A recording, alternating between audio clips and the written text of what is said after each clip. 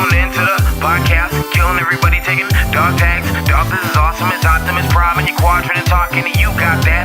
I was in a mind when I crafted this. The dungeon master's wrath with a dash of sick. I dash like Sonic Mad, not a pacifist, but pacifist. The tracks when I'm rapping, kids. We the last of us. The master race, take him with a master hand. It's cancerous. I hit him with the master sword, and sure I make an eyesore, but I wonder how four guys make a Triforce.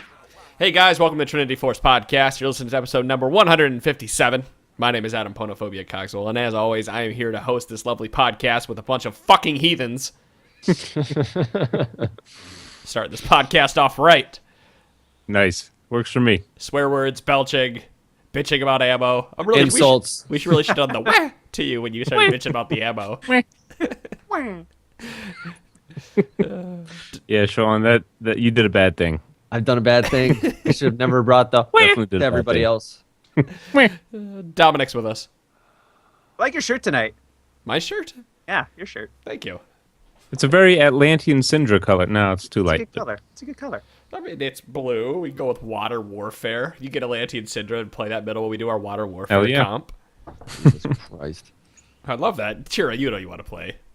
What did I even play? Oh, I played Fizz mid. All right. Chira's here. I'll jungle. Hi, I'm here. I'll jungle Fizz for that. Let's go. And DeClaude is here. Hello. Hi, DeClaude. Hi. All right, so you guys listened to episode number 156, I'm assuming, and enjoyed Producto coming on. Thanks again for Producto for joining us and talking Super Smash Brothers, League of Legends, and, you know, how to become a better player. It was a different, interesting episode, and we've had really good feedback on it so far, even though it's only been out a couple days. And if you haven't listened to it, please let us know what you guys think of it. We will probably have more guests on in the future that might not deal with League of Legends, but deal with esports, and we're just trying to broaden our horizons a little bit, give you guys more information to talk about or, you know, take in. So Yeah, I liked having another community figure on. It's kind of fun seeing how the other groups work and everything. Just for me specifically, being so rooted in League and nothing else. So it was nice talking to somebody who is down to earth about the fighting game community, because we had talked about it, how they can be a little unruly at times, and I think if we would have gotten anybody from like the Street Fighter community, it would have been a totally different podcast. It would have been like our drunk podcast, but about Street Fighter. But with that said, I'm going to run down some quick news. I hope you guys joined in at the LOL coaching contest that we had going on. It had ended today. You have until actually midnight tonight, which is April 30th when we're recording, so sorry if you're listening to the podcast. tinyurl/LOL coach. Go and find the scene we talk about. Email that scene to contest@trinityforcepodcast.com to win a free hour of coaching. We are going to pair up with them in the future for more contests or more coaching opportunities and whatnot, so guys, stick around if you did not join this contest, or if you did and you didn't win, and we will announce that next week, so episode 158. and again, people keep talking, saying good things about these guys. So it's worth it. If you're worried about your own skill, go in there. They're going to help you get better. Yeah, and it's $5 to $10 to $13 an hour. It's not even that expensive. I think one lesson would help. You know, I think it would even help me to go in there. And have I was just going to somebody say, look it at probably helped me. But yeah, they're doing good work. So guys, don't forget to go check that out. We are on Facebook as well. We have like 75 on there. Let's get to 100, 150 and on. Go to facebook.com/TForce Podcast and like us if you'd rather get, you know, all the latest podcast releases there. You can always go to twitter.com/TForce Podcast as well if Facebook isn't your thing. We do tweet out quite a bit. We retweet and talk to the community members. I know DeClaude is very much into that. I almost feel like I should give DeClaude that Twitter access so he can just take care of that crap. No, don't. Oh, wait. Don't you do that. You're right. It'll be a pun. Don't Yep. do that. Episode today. Yeah. Yeah, sometimes Ranhert and I will get into a tweet battle like I today. almost blocked you both today. Oh my God. So close to blocking you both. Yeah, me too. I know. It's a good thing I went on break. I saw that. I want to go on break and you leave him with a pun. Like you can't even walk out of here. Yep. Drop the mic. With that said, oh, wait a minute. Somebody say something. Why? Oh, it's over here. Never mind. Hold on.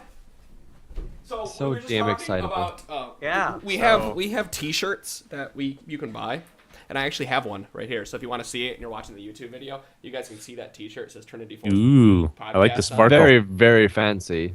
And on the back, trinityforcepodcast.com. I know I'm talking Nice. into the T-shirt, but yeah, guys, go to what is it? What I have, tinyurl/TForce shirts. That's also store.trinityforcepodcast.com. You can buy one of these T-shirts. They're $20, $24 shipped. And they make great Mother's Day presents as well. I know your mom wants to wear a T-shirt, and I believe there's like 15% off on the site right now. You're going to give your mom a T-Force T-shirt, aren't you? Uh-huh. In fact, that's And probably that's what it he's holding right for Mother's now. Day. Yeah. Nothing else. Here you go, Bob. This is for my. Did it come in ladies pink or anything like that? Yeah, It absolutely. ladies Comes in a color? ton of They do. colors, man. You can pick. You can pick any color you want. There's a No, ton of I'd wear a different pink one. designs. I mean, you should have today because Of course, it's the 10th manliest anniversary. color. I don't do the logo tees. You know this. I know. I wear them under my shirts a lot. Except for today, I'm not. I'm wearing just a white tee. You do the pop star tees, Dom. Yeah, don't even. I don't wear logo I like that one. tees. I like that one. And That then was, he that does was a have. good one. Yeah. Killing me. Also, guys, don't forget we have an Audible sponsorship. We actually got paid with that last time, so thank you very much for anybody who has signed up for that. That money is going to help out the podcast. We have hosting costs coming back up in October, which I know is a number of months away, but it's going to help pay for all that again. We're just kind of sitting it off to the side. If you'd like to help out the podcast, there is a donate button on TrinityForcePodcast.com or underneath on twitch.tv/TForcePodcast. You guys can donate to the podcast any amount. We'll throw out your names. With that said, we had 2 podcasts come in last week. So thank you very much, Nicholas, for your $15 donation. 2 podcasts or 2 Two donations? donations. Did I say podcast? Yes. Yeah. Sorry, Yes. we had 2 donations. And come we'll in. be quick to point out your mistakes. Yes. Of course you will. I was going to let it slide, but then Dom did the Yeah, I The can't Dom let you- faces. Hashtag Jumped slow it. blink. One more That donation was more came like in. a slow squint. Thank you, Nelson, for your $30 donation. You guys are helping out quite a bit. And like I said, we're using those for hosting costs and whatever else that comes up with the podcast. Maybe we'll even use it to get out to like Summoners Con this year, which we've been talking to using. So we'll see what happens, right? Get all 4 of us out there. Everybody can Talk- just If there are carpool the hotel whole way rooms- out. There We'll are, make if it there are cheap. still hotel rooms for that, I would be genuinely shocked. I think we And is it? November, right? November 1st? Something like that. I can look at it. You want me to look it up? No, I don't care. We'll talk about it later. If we You can fly me over there. I'll go. Right. That's more or less how the same goes. If I can fly myself over there, it might make it worth it. But one more announcement, and then we will jump into League of Legends content. I'm just trying to make up since we didn't get to do it on Monday. I like to spread these out between the 2 podcasts. Battle Arena is every Tuesday night at 7 p.m. Eastern Daylight Time on the Twitch TV/TForce podcast. Asterition and Honey Badger take over that for us, and they run a community 5v5 games just like solo queue, and you can go get those YouTube videos on our YouTube channel. Of course, what is it, guys? YouTube.com/TForce podcast. Very easy to go find. Everything is TForce podcast. But yeah, they give you tips, tricks, how to play Except for our better. website. Make you, except for our website. I could probably go buy tforcepodcast.com, and I I'm just going to keep go buy bugging you with that, tforcepodcast.com tonight. Because if I don't, somebody's going to go buy it right now. Uh-oh. Yeah, right? The listeners. The How much 50 you want for listeners. it? Not that much. You can have it. All right. Damn it. So, But let's yeah, get it's in- cool because then you can watch yourself play on the YouTube channel afterwards and say, "Oh wow!" And then Really? of course, I did listen that? I to the didn't move? yeah, exactly. Be like, wow, I'm really that much of a noob. And then listen to the casting and then get better, or go, "Wow, that was impressive. Right. I'm awesome." I'm going to save our other... I stopped paying attention to you. I'm going to save our other news announcement for the middle of the podcast because there's another great one, but I want you guys to listen to that. So let's get into League of Legends discussion. We did promise Robert, actually, to Claude. You promised somebody we were going to talk about Misfortune in the T-Force chat on Monday, right? Oh yeah. They went to the Twitch chat and they were like, "Well, you guys said you were going to talk about Misfortune changes on your last podcast when the patch came out, but then you never did." So I put in the document to remind us to chit chat about that from the patch. Well, let's talk a little about Misfortune. Which And we got to see it in the OGN this morning. Spoilers. Did we? I didn't even get to watch the OGN this morning. Did she win? No, it wasn't. It wasn't pretty. There was a Yasuo who was very good with his wind wall when she wanted to do a bullet time. Yeah, that's brutal. That Did it go poor, around poor the wind wall? Like, Misfortune. did like the 2 sides of it? Nope. Oh, it all just stuffed right into the wind wall. Yep. So Oh. it was rough. It That was rough Dade, for her. right? But anyway, we can talk about the changes. Adam, you and I played. You played MF and I was Nami, I want to say.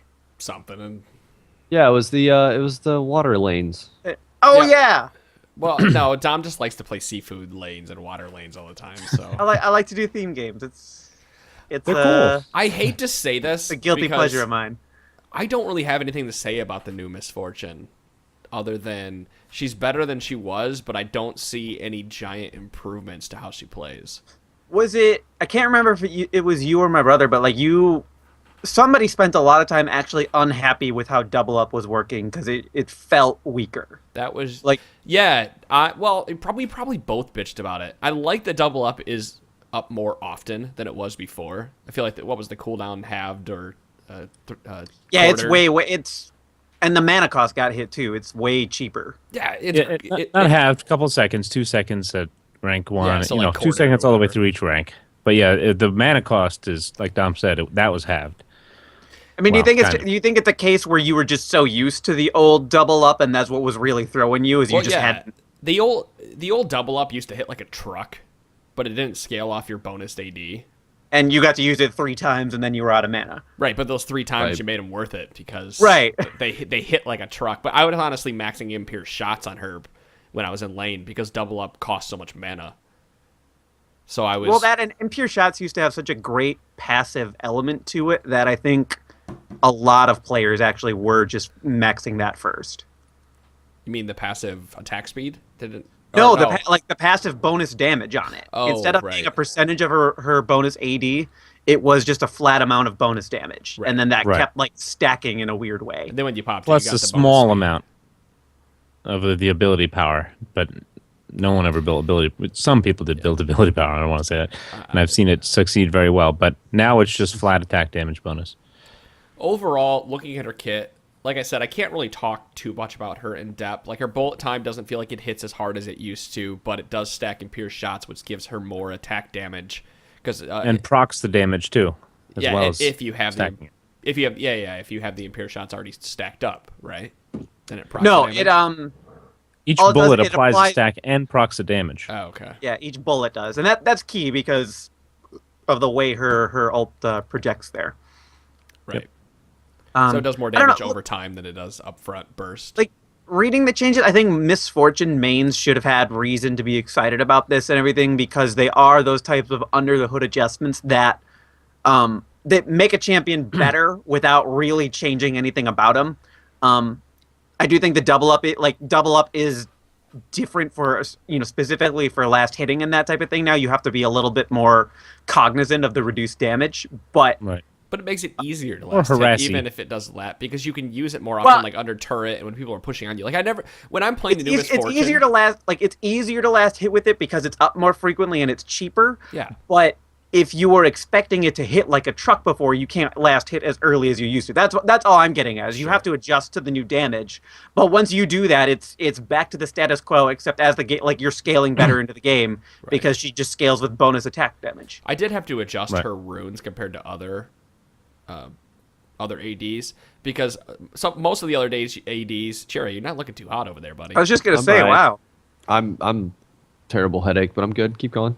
I mean, if you got to drop out, we can jump. somebody No, else in it's real quick. fine. It's fine. Okay, so we'll keep talking. But with Misfortune, the runes I first ran on her was like the normal AD page, which has attack speed quints and then flat AD marks, etc.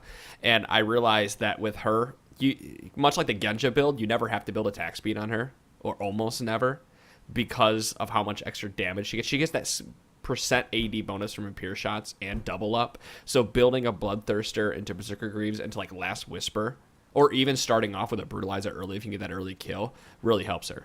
Given the frequency, I mean, and she's got a lot of attack speed from Impure Shots as well. Just turning that on. That's where I was getting to. You don't need the attack speed because of that. I was gonna say, like, does it make more sense to get a Black Cleaver as your second item instead of a Last Whisper? Just because, like, the way that Armor Shred works on top of all of her other bonus damage, it seems like that item, it weirdly makes more sense to me. Yes and no. I mean, Black Cleaver isn't. That's something that's been used on Misfortune before. I mean, that's like a throwback to the beginning of season 3. But yeah, that's Curse of the Sad Bullet Time, Misfortune. Right. Right, but I'm bringing it up because Adam said Last Whisper and everything, and to me, this is a rare case where Black Cleaver strikes me as a superior item for this specific marksman. On every other player, Sure. every other AD carry, you are going to want to have the Last Whisper, but for some reason, to me, it makes more sense on Misfortune to have that Black Cleaver. I don't think it's an item that I think it's one of those items in the second second item I think it depends how the laning phase goes and after that and how much gold you got coming in. Because if you can afford to sit on that brutalizer rather than sitting on that pickaxe and have a little less attack damage but gain some, cooldown reduction, you can make a case for it. But I just one of those where I think it depends how the game goes and if you need that extra armor reduction. With the popularity of the carry junglers too, it'll help them. Sure. So I just think it's too hard to play Misfortune or any ADC besides Kog'Maw, because Kog'Maw is one you can play Protect the Kog'Maw, but Misfortune doesn't do the damage that Kog'Maw does, so playing Protect the Misfortune doesn't work as well. And she has to stand still to do a lot of her damage. That's where I'm getting at. Like, the whole Protect same thing with Kog'Maw. Kog'Maw pretty much has to stand still. And her range is way shorter as compared to Cog, who gets a range increase on his W. Mm-hmm. I mean, the same difficulty applies to Vel'Koz. Like, Vel'Koz, when he gets going, he's frightening, but he has to stand still, and it's really easy for champions to close in on him. Wild Turtle was all up on Misfortune, saying he's looking forward to playing her in the LCS come spring or summer split. So we'll see if he whips him out, which, it kind of makes me laugh. I don't know if you guys remember Season 2 with Chaox playing Misfortune all the time. I do remember that. Went to IEM, what the hell was that? Katowice? Yeah. Something like that. Yeah, but even then before, they were playing scrims. Because that was... Do you remember the article on GT Chronicle about the Rain Man and the whole team getting drunk and Rain Man getting drunk and then being on stream? Like, Monty completely tore TSM apart in Season 2. Vaguely, yeah. I don't know, Dom. I remember that, yeah. That was the time with the whole Misfortune Cax thing, where Cax only wanted to play Misfortune. The only reason I bring this up is because Wild Turtle really wants to play her, and it kind of... I just, not that TSM's going to go back around to where they were by any means, but it's just funny that it's kind of turning, making its rounds back to the 80 carries suddenly all up on Misfortune. Is that why she was like a popular ban for like a month? Because all of a sudden she was getting banned, and I didn't know why, because nothing really changed. Season 2? Season 2 or 3. She got banned a couple. She was getting banned in normals. I'm not saying you're wrong. I just can't think of any reason why she ever would have been a popular ban. I don't remember her ever getting banned, but I can't remember what I did yesterday, let alone 8 o'clock this morning. I think there's some there. This was at the beginning of Season 3, and that was during the whole Curse of the Sad Bullet time thing. A lot of this was when Misfortune was just such a huge bully early that she could get such a lead in the early game that there wasn't an 80 carry that could come back from it. When people forgot that Amumu was good, and so everybody started playing him again. Like, has Amumu ever actually been a bad champion? No, and he's still good. Holy shit, he's 54% win rate. Yeah, I think good. Here's what's great. Misfortune's right up there with him. She's at 52.92. I mean, so I'm gonna take this. I'm going to take this conversation now into Pharaoh Flare / the 4-1 split, because I think it's a great segue into it, talking about junglers and what junglers and good one aren't good. Because if you look, I like where the game is at right now with League of Legends, in that there are really good champions for solo queue, and there are really good champions for the LCS. And some bleed between each other. But like Amumu is a great solo queue champion and a great ranked 5 champion if you're not challenger. But not so great in the LCS because of how the teams play with the 4-1 splits and whatnot. Yeah, I mean, Amumu runs at you. You know what he wants to do. Mm-hmm. And so with that said, I really like, we can talk a little bit. Do you want to jump on the Wreckers question? Yeah, let's do it. So let's wrap up the Amumu talk. Move on. We will. We got it. We have it under wraps. This is why you can't give him the. We will put a Mumu in his tomb and leave him alone. So or Nice. sarcophagus. Mummy's Day's coming up too, isn't it? What happened? You May 11th. Mummy Day with is. us, Adam. Me and you holding strong, Chira. I'm just not gonna take part in that. Yeah, you got the headache. You just relax. Yep. Well, if we pull you too much, you might fall apart. So. Oh. I'm trying. I appreciate you being my wingman here, Adam, for once.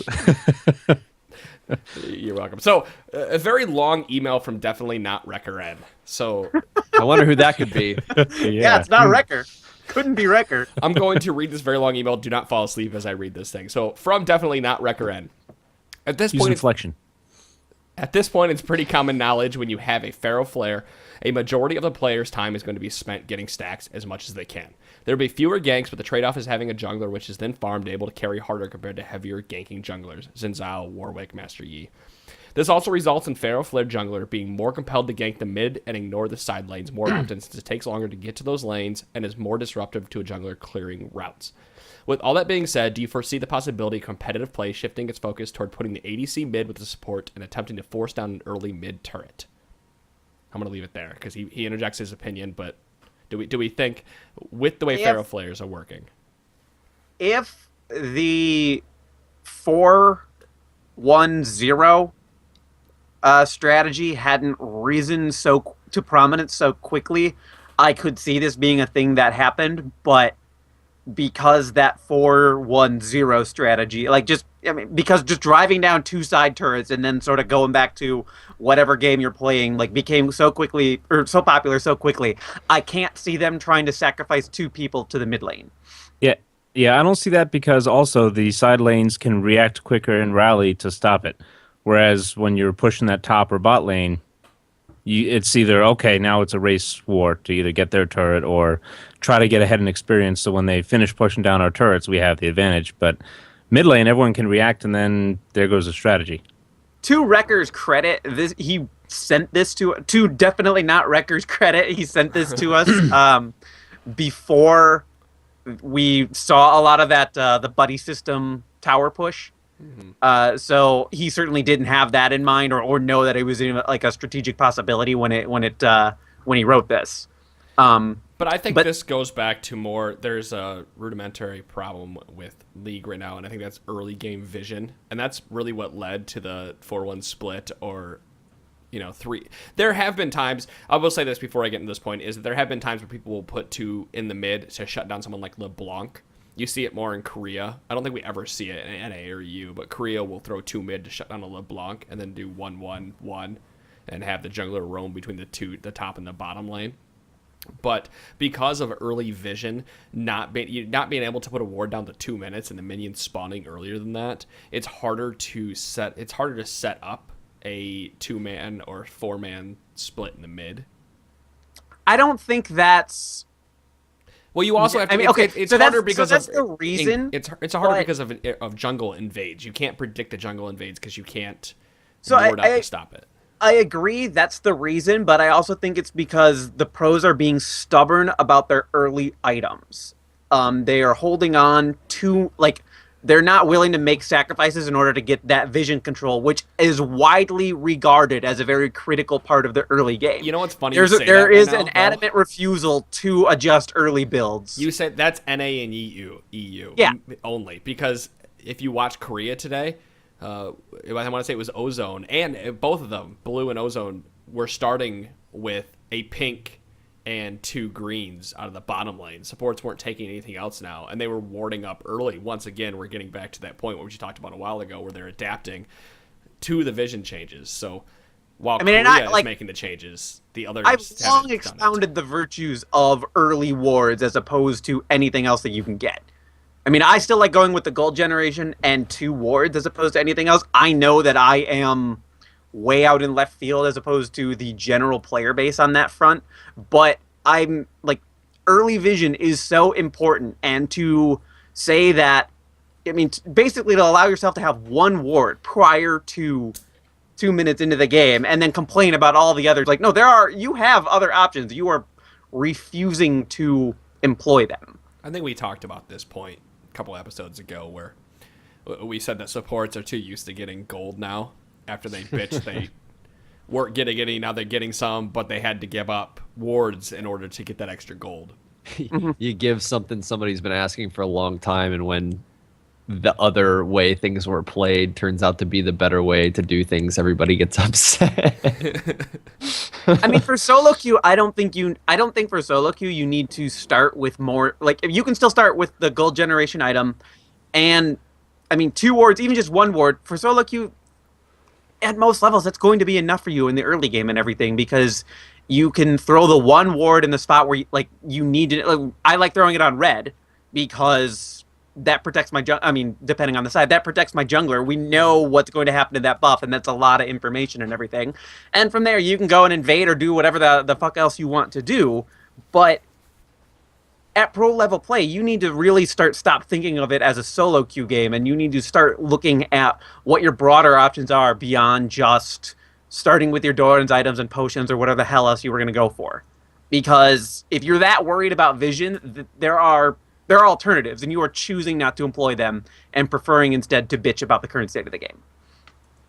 Sounds like a lot of pro players we know. I think Nintendo was one of the first people to speak out. Maybe it was Nintendo, or was it Nintendo or Meteos? It was one of the two that spoke up about it, and they weren't keen on the changes to the early vision. Meteos brought up if you wanted more fights early to happen, you'll have more vision, Sure. and that taking that vision away makes it so there's less invades and that kind of thing. Anyway, you know what I really liked? I only saw like I only got to watch the third game today from the Korean semifinals. So spoiler alert. I want to say it was Ozone did a 3 buff rotation and completely out-rotated the enemy team because of those early wards. They were able to get a hold of where the jungler was at and get control of their lanes. Like, you throw somebody mid lane who's not going to get ganked, like Soraka Lulu, and then the top follows the jungle around. They did their red, enemy red, their blue, and they were able to secure 3 because of all the extra wards that were placed in the map in the early game. So yeah, I mean, there are a lot. Just a point. No, but you're correct though. I mean, there are a lot of things that people are just not. Our pros aren't thinking about it. They're just trying to figure out what the meta is and then play at that meta instead of trying to get out in front of it. That's really the case. Mm-hmm. They might be more innovative on the champion pool side of things. This might be an inaccurate statement, but I have read in a few places where Koreans generally thought, at one point at least, that North America tended to be out front on the champion side of things. It was our strategies that were really not holding up to par. But like Korea just tends to wait until somebody else is doing something, or using a specific champion, and then just taking that and doing it better. And Yeah, I mean, no, that's how they roll. But as far as the strategies go and everything, I mean, if they're taking the strategies and then improving them or doing them better and everything, it makes perfect sense that they would already be in front of the ward stuff. So it's funny, we're talking all about this, and somebody just linked to 4.7 patch notes. They've lowered the trinket start time down to 30 seconds. The game start time of trinket this down is the to 30 forecast. seconds. Yes. And then the bottom tower now has the extra armor added to it. We've added fortification to the bottom tower, lowered its duration to 7 minutes from 8, and increased its damage reduction to 30 from 20. So they're doing everything they can to kill this 4-1. We'll see if that happens. Yep. Well, they said we've done it, so... I think they've decided? Yeah, it said we've added fortification, so it's a pretty definitive statement, if you ask me. I want to bring it back to Record's point here. He's saying he's thinking about the quick mid-push because of the Feral Flare jungler, that being the easiest place for them to hop in and out and keep stacking their flare. I don't know. I don't think that's enough to push this strategy based on what we've already discussed. It might be. Well, no, it's not enough. I mean, it's not enough to push this strategy, but as an overall like Feral Flare strategy, I think it's really good because, in addition to the jungler's ease of getting Feral Flare stacks, getting that mid turret is huge for your team. It just opens up the map so much, and it makes your jungler's ability to just go in and out of the enemy jungle so much and he can steal that that big ray through that white. It provides him so much more pressure is the thing. Mm-hmm. I already find Feral Flare hard enough to stack at 30 stacks as it is. I think I'm not getting it to 20, 25 minutes depending on how well I'm able to jungle. I'll tell you right now, if you gank at all, you're probably going to get it around the 22-minute mark if you're on a pretty fast, clear jungler.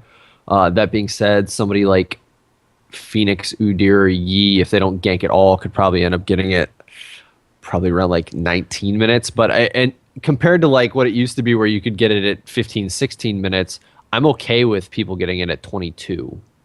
And if you need to cover lanes, or if a lane does poorly or they get killed and you have to cover to stop the push on the turret, that all prolongs it. It is a give and take. You want the Feral Flare. It's a continually stacking. Excuse me. It's a good item, but it's a pain in the butt to stack. You can't do your job as a jungler as well because you're thinking, I could be spending this time killing large monsters.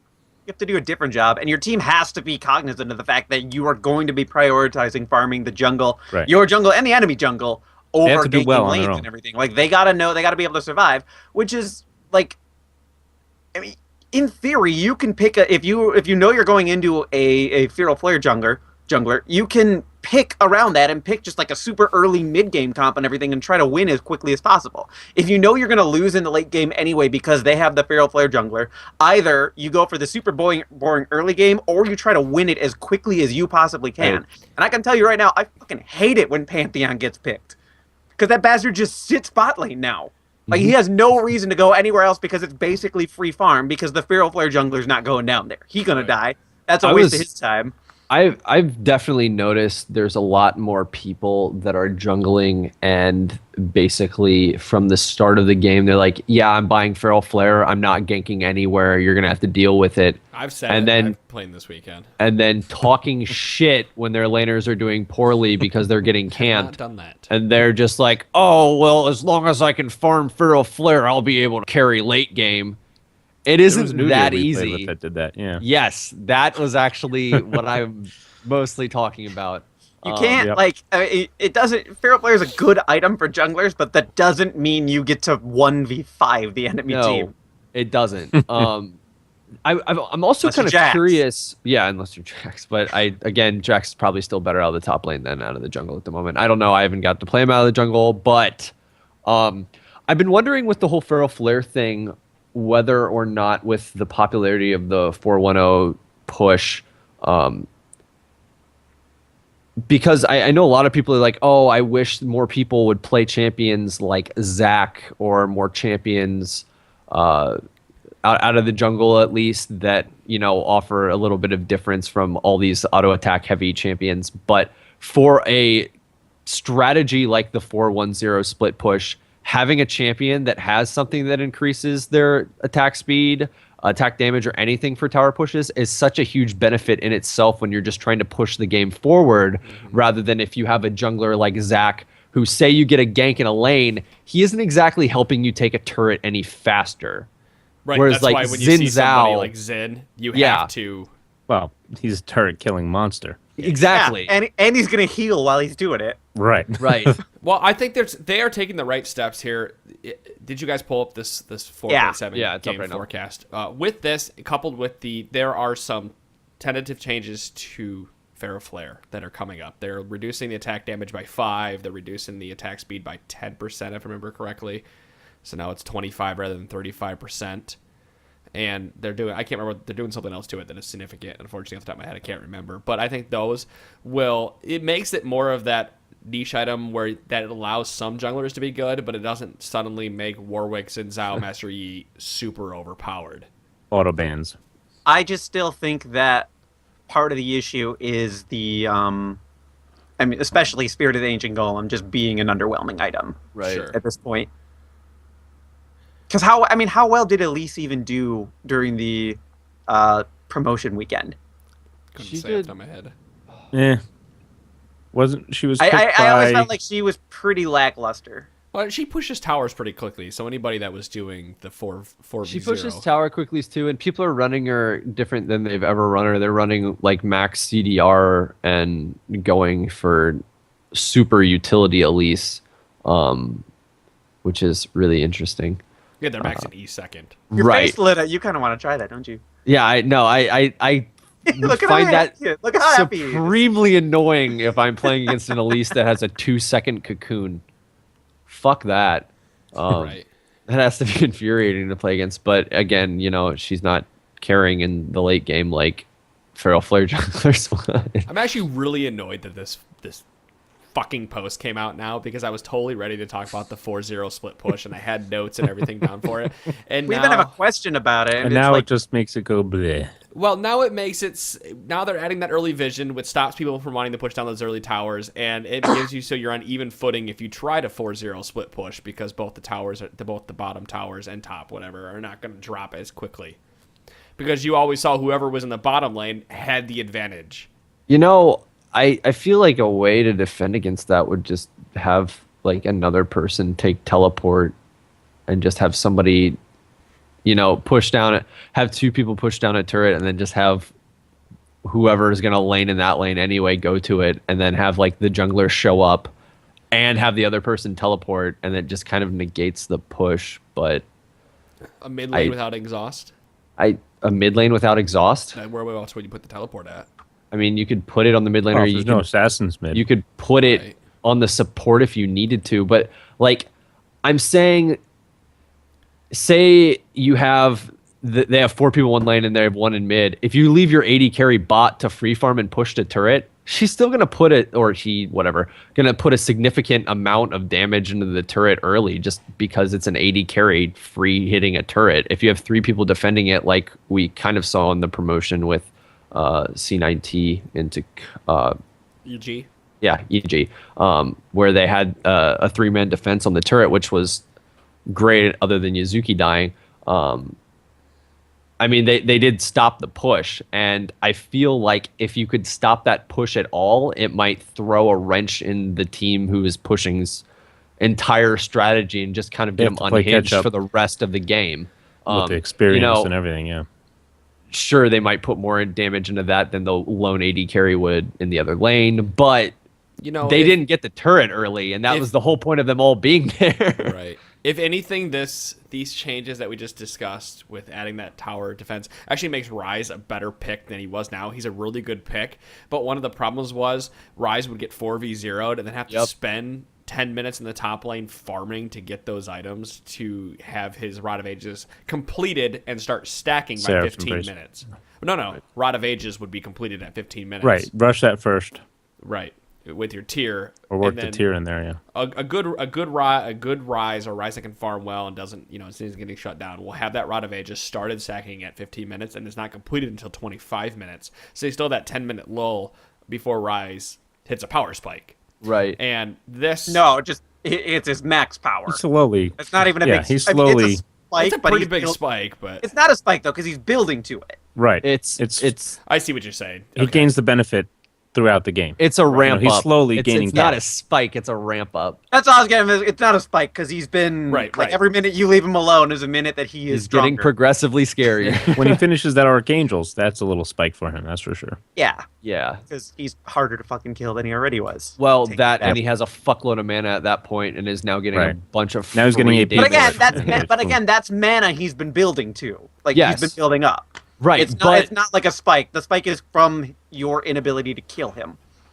But to Adam's point, it's he's not as crippled by that strategy if they counter the strategy with these new changes. Right. Ryze is a pretty funny champion because even though he's weak early, he's still fairly strong against a lot of the top laners just because he's ranged and does quite a bit of early damage with his Q. He's annoying to deal with, and unless you can harass him a lot, he's just going to sit back and do whatever he wants. Like, if you can't outrange him, you're not going to exactly just all in and kill him because he'll W and walk away, That's just it. Like, levels 1 and 2, Ryze has the advantage in top lane because he can hold you in place. So if the jungler shows up, then, hey, you're fucked.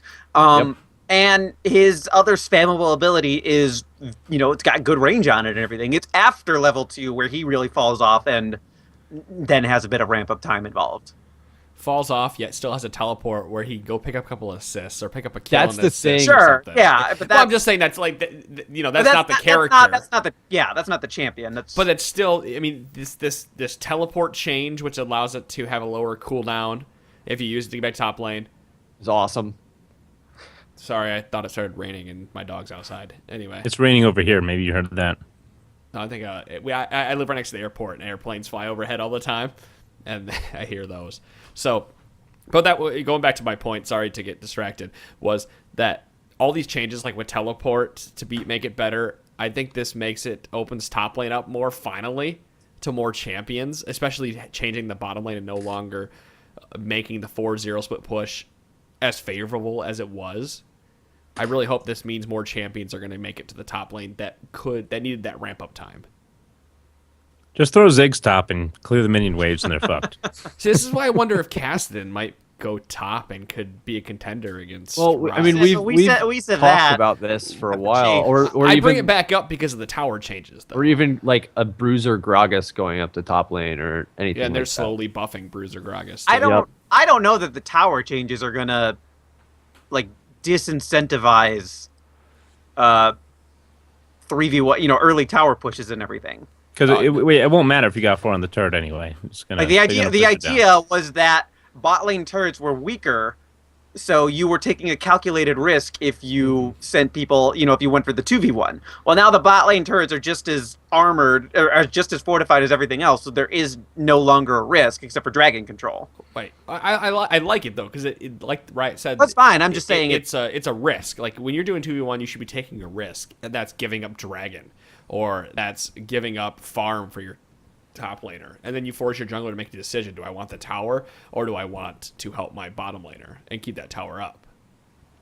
And from a strategy perspective, that's great, but from like a fan perspective, I find the 4-1-0 push extremely not fun to watch. I don't like it either, just because I like seeing the traditional matchup so I can try to get little tips and work on my own play and see what I can glean from it. Then 4-1-1 just like, oh well, now I'm just watching to watch. I just found myself annoyed more often than I'm like, why don't you have wards in your own jungle, and why aren't your jungler mid and bot lane, or why don't you have a bunch of people collapsing on them and punishing them for being in your jungle? Like, to me, that seems like the logical response, instead of trying to like either match them for the strategy or take another route. But that was, that's where I'm at. Sure. Since we've talked a lot about the 4-1. Wait, did we answer Records' question? Sort of. Yes, sort of. We said it's probably not, but or definitely not Records' question. We started there and then transitioned. I mean, it's almost more relevant once this patch goes through and changes things, and we have to go back to the drawing board. It does change things. Definitely not Record. We definitely did not answer your question. So until we've played with that, including Record for that matter, but until we played with that, we can't answer this anymore. Right. With this upcoming patch, we're definitely not ready to answer this question. So send us feedback again. Definitely not Record. See what you think. Well, I'm going to take this moment to do a little bit, just one more quick piece of news, and I'm going to mention it again at the end, since I want to make a great transition into the mailbag some more. So we're talking about getting better at this game and what you can use and how you can help your team out. And I think you guys should take everything you're learning from this podcast and take it over to Game Victorious, because we are running a 5v5 tournament with Game Victorious, and you get to sit on team chat with these guys and talk strategy during champ select and ban phase. And so everything you've learned tonight could definitely help you win RP and a Rise skin in the T-Force Presents the Battle Arena, sponsored by Game Victorious. I don't know, just throw out a random name out there. So Adam was pushing Rise for this plug, so just so you know that. That's exactly it. So. And the Victorious Gaming guys are awesome. And I signed up for that tournament, so I'll be playing on the 22nd. Oh, get to go head-to-head with the Cloud. Someone will be, that's for sure. It's their normal tournament, so there's going to be a ton of people playing. But if you want to go play, you can win RP. I think it's like 3,200 RP for first place. It's a crazy amount of RP. I mean, it's worth and it. Victorious Rise. Yeah, and Victorious Rise. And Dragon Slayer Pantheon's coming, so... That's not Victorious Rise. So go to tinyurl. RP's RP. You guys, if you want to sign up for this, please go to tinyurl.com/tforce tournament, or go to gamevictorious.com or victoriousgaming.com. Go find the Trinity Force sign up. Go sign up for that. This is on May 22nd. You have 1 month or 22 days from now. Then when it's a Thursday night, starts at 7 p.m. Eastern Daylight Time, and it'll go to about midnight. And this actually coincides really well because like DeClaude is taking the next day off, and it's a 4-day weekend if you take that Friday off, because if you work, holiday. you have that Monday off. It's a holiday Monday. Oh, okay. Memorial Day. That's gonna be a long day. A lot of drinking. No. Editing? No, one of us is supposed to be on the OzLOL podcast that day, right? I'm gonna take off. I'm gonna take off that Friday too, as well. We'll see. Well, yeah, we'll make it out. Carrot's here. Because I have the Who's money, casting? or I have that Monday off, and so Who's casting? I am casting For Ponophobia. Thursday. Okay. I will be casting with Greg on. I want to say we're doing it on Game Victorious Twitch. Is what it's, or yeah, it's Game Victorious or Victorious Gaming. I can't remember the name of the Twitch channel. I'll get it to you. Sorry, it's on their website. But I'll be casting with Greg. If Chira is around, he'll be casting as well. Astradition and Badger will be casting. We're going to be casting more than one game simultaneously between 2 or 3 different channels. So you guys will be able to check those out. Those will go on YouTube as well. We'll make it like the official Trinity Force Podcast YouTube playlist and everything. So you guys can check those out. It'll be a really fun night of us casting and having fun, drinking, and, talking about these best of one. So again, tinyurl.com/T-Force tournament on May 22nd. Please go join that and check it out because it'll be a lot of fun. So I wanted to say that now because now we'll move into some more mailbag questions. Let's do it. Let's start tackling that mailbag. What do we got? We got a lot. Thank you everybody who's been writing in. Keep doing it, but thank you everybody who's written in. Thor wrote in. Yeah, Thor. Here's what I'm gonna do with Thor's question. Okay, we talked a lot about what the 4-0 strategy is. Thor writes in, he goes, my ranked 5 teams and I are trying to adapt to the LCS tactic of rushing down towers. How is the strat done most effectively? Wave control, what champions to pick, etc. And why is it good? Now, here's the thing, Thor. We just talked about it and said that this probably isn't, it's just going to be a calculated strategy now. It's not going to be the go-to. I'm still going to give you the idea of how to play the strategy. But also, I want to get into playing ranked 5s a little bit and what you should be looking to do when you get into the ranked 5s. And which was a question from another listener that just came in. Where the hell is it? Sar Phoenix wrote in basically asking that. So we'll hit 2v1 with this thing. 2 for 1. So Thor. And by the way, Zar Phoenix decided to keep his name. Congratulations, Zar. All right, Thor. I had my notes. I actually wrote down a bunch of notes today on how to do this, and I mean, we covered it a lot, and I'm worried about answering this question given how everything is projected to change. Right. Well, but it might be freelo right now in you might want to in reconsider. Rank 5. So here, I'll give you a quick overview of how it works. How's it works? You pick a jungler. You pick a jungler that can help push down towers. Xin Zhao. Nocturne, Vi, Hunter's Call, Warwick. No, you don't do Warwick because Warwick takes too long to ramp up to get to a point. You still need somebody that can gank early. With they're saying it's coming from the perspective you can buff your whole team's attack W, speed, so you can buff all 4 people's attack speed. I know, but he's still weak. It's harder to ramp up after the fact. You're picking a strong mid game champion when you're doing this. Elise was the other one I was thinking of. Vi, Elise, Xin Zhao, etc. You need to pick strong mid-game champions to do the strategy. So you pick somebody in the jungle who can help push down towers very quickly and has, relatively high base move speed. What you do in mid is you pick a champion into their champion, or you pick a champion that's very safe. Soraka, Lulu, LeBlanc, anybody you can sit mid, and if they got ganked for any reason, they're not going to die. And that they can always hold their own. Nidalee is another good one. You listed a bunch of champs. I'm like, these are supports. What do you... Oh, wait, yeah, that's right. They also get played mid. Yeah. Nidalee's a really good one. This group of champions that I'm naming are champions that are going to hold their own. Orianna.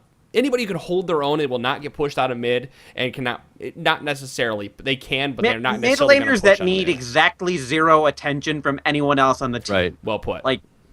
And frankly, they wouldn't even have mid-lane gank players potential that if need you exactly 0 attention. If you are proficient on brand and it doesn't matter who you're playing against, if you can do that and you're not going to die to a gank or anything else, and you're not going to be a detriment to your team, that's what you got to do. You just have to be able to survive mid lane with 0 health for 8 minutes.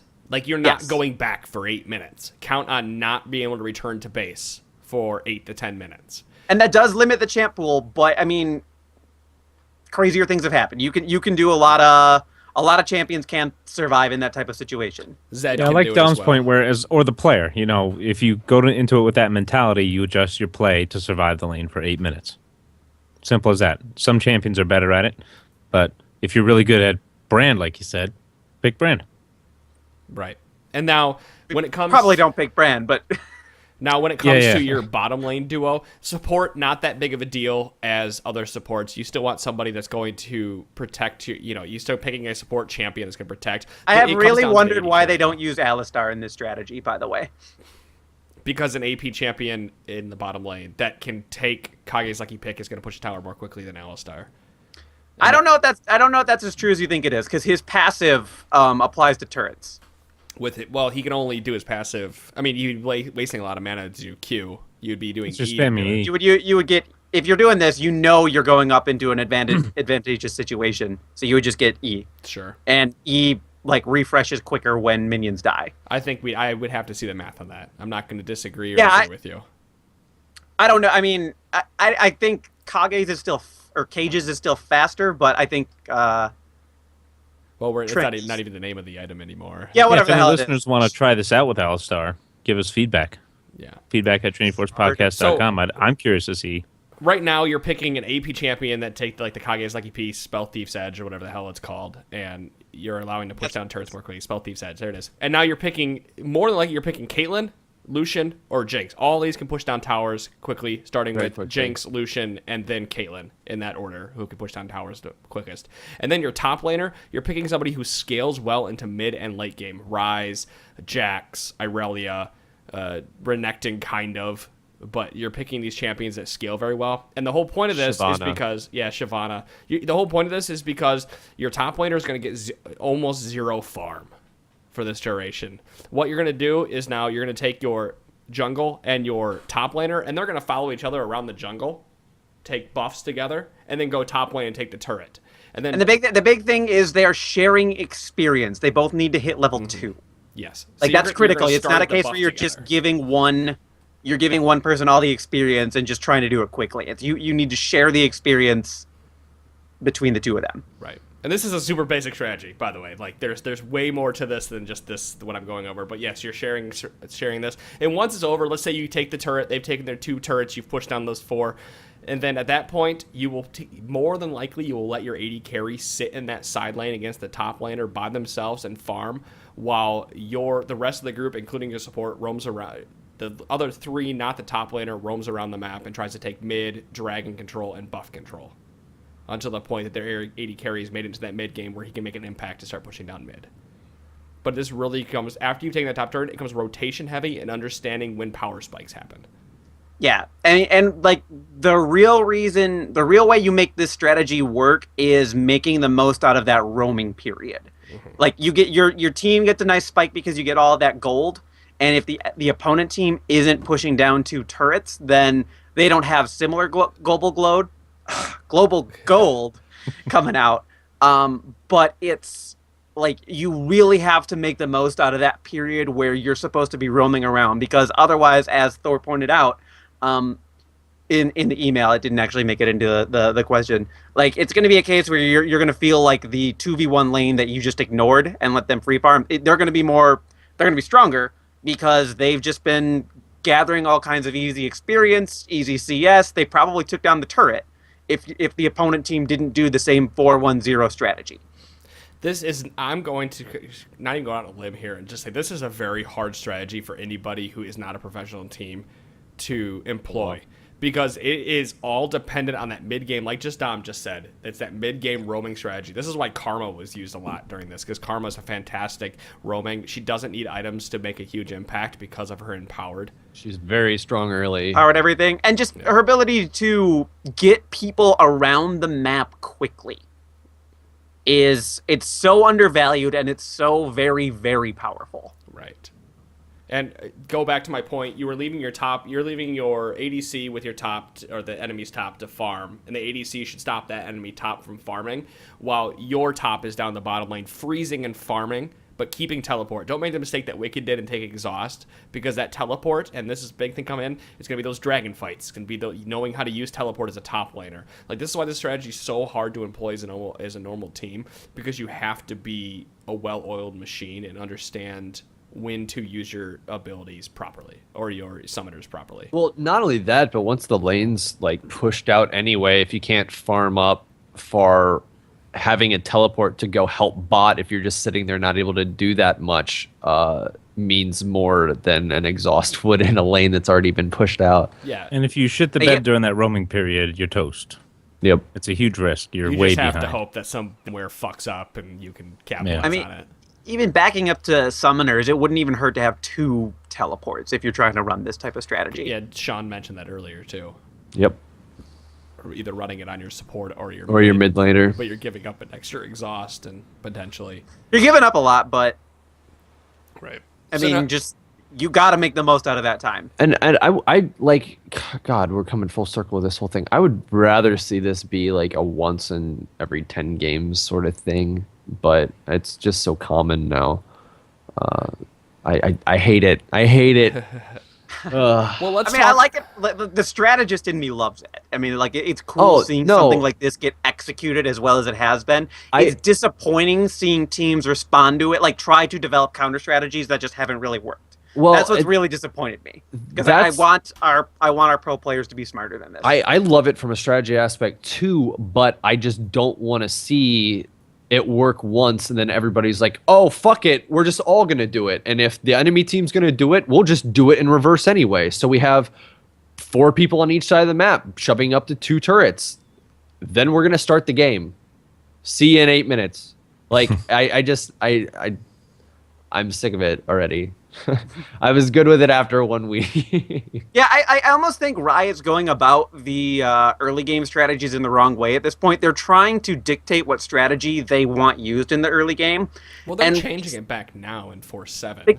They keep doing that, but like what I think they should do is instead say, okay, this strategy is working, and that's fine. Let's see if we can put some emphasis on counter strategies to that, and really, instead of trying to focus on one specific type of early game that they want to have, just blow it wide open and say, like, okay, there are 6 different early game options that you can employ.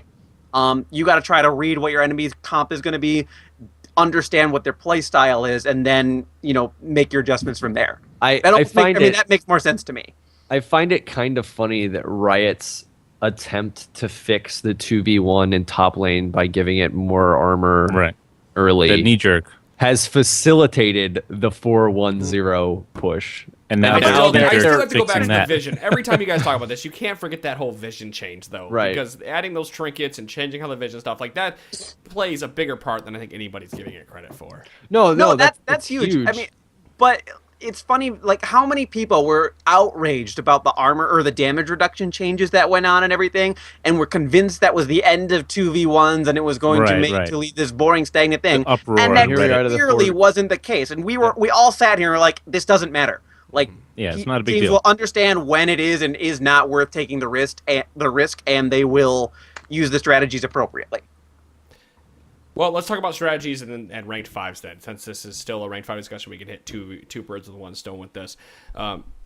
We have not, like, my ranked 5s team, we talked about it a lot in Season 3. We got to play a lot. We played a lot of the Alienware tournaments, and we were getting pretty decent near the end. Like, we played quite a bit. But now that I haven't played this much in Season 4 with it, you have to, with ranked 5s, you have to dedicate more than 1 day a week to play if you want to continue to get better at this game as a group. Like, playing one day a week does not make you any better. You're always going to fall back into your old habits no matter what. So that's the hardest thing, is getting 5 guys on the same schedule. Right. You have to go in, like, being willing to coordinate. You need to say, okay, we're going to play Tuesdays and Sundays, or whatever the other day you pick that works for everybody. But you got to, if you want to be serious about it, you do have to put in some effort. Yeah, it's not like solo queue where you can just sit down and play and then work about yourself. You have to worry about a whole entire team. And we've talked about this in the past. You have to do a team, pick your days. You have to pick your shot caller, who is going to make all the calls, if you're going to follow the calls 100% of the time. And you have to develop strategies before going in, because the pick and ban phase in ranked 5s is so much more important than solo queue. You can win and lose the games a lot in that phase. And you also need to know aside from the roles that everybody's going to play, you need to know what champions everybody plays and everything. Adam, how many conversations did you and I have, like, just during the workday about figuring out your team's champion pools and everything? Because you didn't know, and you felt like every time you got into champions, like, that just hampered you. Sure. Like, you knew the one, like, you knew the one champion a person played, and so you basically built teams around that, and you had no idea what else he played, even though he certainly had champions, you just didn't know. We talked about it. When I was on a ranked 5s team and we were doing regular stuff, like, I actually had a spreadsheet that I made up and just listed every champion that I knew the person played. Then I talked with everybody so that I knew offhand and everything. Now, I go overboard with these types of things. I will be the first to admit this. And that drove everybody on my team crazy. At the same time, they were happy somebody was doing it and it wasn't them. I did the same thing, Dom, with my my buddy's team. I made a Google Drive spreadsheet, and I shared it with everybody's name and their preferred champions. I had a comfortable with section, top jungle, mid support, ADC, for all the roles, what they wanted to play, not just the role that we were going to try, because we're feeling it out in the beginning. You want to see what role they prefer the most. And, from a logistics standpoint, you had a champion spreadsheet. I had a roles, strengths, and weaknesses spreadsheet where they got to put in their strengths and weaknesses, what their best, pretty good, okay, not that good, and terrible, and a color coding. I did this similar shit right here. And then, of course, a scheduling spreadsheet where people would modify it, on a real-time basis if something changed. I went so far as to track our success rates with certain champions and everything beyond what Riot was doing, just to try and figure out what teams were going to try to ban against us if they were doing. And again, I was in the Alienware tournament as well, so I was trying to guess our opponent's strategy and everything because I wanted to win games. And you're being the support strategist. Good job, Doug. Yeah, that was sort of what I had to do and everything. And it was like, okay, yeah, we only play in ranked game. At the time, my brother was only playing Graves and Sivir for whatever reason. He could play all of the other marksmen. He does it, and he likes playing them. Is your brother's name Chaox? For some reason, he was only ever playing Graves and Sivir in every single one of our ranked games. I'm like, guys, if they were smart, they would just ban these champions against us. Yeah, we had, when we were playing, it was Anivia was always banned. Sejuani got banned against us in the Alienware. If anybody who decided to do their research would ban those champions against us. Teams would either ban Vlad against us, or they would leave Vlad open knowing we were going to take him and then just pick right around him. Sure. But yeah, Ranked 5s it's a whole nother beast and harder to talk about because you have to be organized and willing to have you have to have somebody who's going to be the team leader and getting everybody together. I know I've been talking to the best yet, Josh, who's been on the podcast before, and he wants to make another rank. He wants to make a rank 5 team because his days have changed different. But it's also finding those people to play with. Like, I know you guys had just found people and said who's comfortable with what, but in my opinion, and this is how I look at it, I'm not going to pick somebody like Dom and then pick his let's pretend your brother plays support too. You both play support. I'm not going to pick both of those up on for the ranked 5s team and say, well, maybe Dom can play mid. I'm going to find somebody who dabbles in mid and top. But if you're playing with just a bunch of your friends, practice the roles and see what you can change. Your role. Look. The biggest thing when you're Czar Phoenix, when you're trying to build your team, the first thing to get in mind here is everybody has to commit to more than just one day a week. If you can commit to a set schedule to practice and do more than one day a week, it won't fall apart. That's the biggest obstacle I have because everyone has different work schedules wherever you are. So if you can get multiple days in the week to practice, then everything should start falling into place. Then it's just a matter of practicing your roles, identifying who's best with what, and then expanding your champion pool. Be 19 years old and play this game full time. Don't have a full-time job. So here's the other thing. The other thing really worth mentioning. Hours. Don't take it too seriously. Don't make it more serious than it really is and everything. And I'm the first to admit I go overboard on these types of things. And as long as I'm the only one doing that and not everybody else is going crazy and reading too much, we'll be okay. Frankly, I think I go get way too heavy into that type of stuff. But part of it's just me trying to just finesse everything, know absolutely everything that I can about something.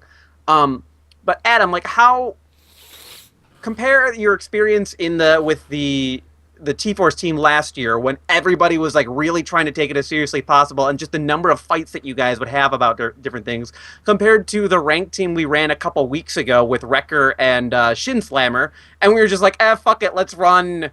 What do we run? We had Alistar, Zac, and Udyr. Yeah, we played Zac and then and it was a comp that ended up working out really well for us and everything. Everybody was just having fun, and we were playing ranked games. Still try to have fun while you're playing these games. That's what I'm getting at. Don't let the fact that you're doing ranked teams overshadow the fact that it's a game and you're supposed to have fun with it. It feels more serious and competitive. Treat it like Little League Baseball. You're out there, you're the coach, you know what you need to do, you know how to get everybody in the right positions and how to teach everybody how to play. But then you say, just have fun. That's the most important thing.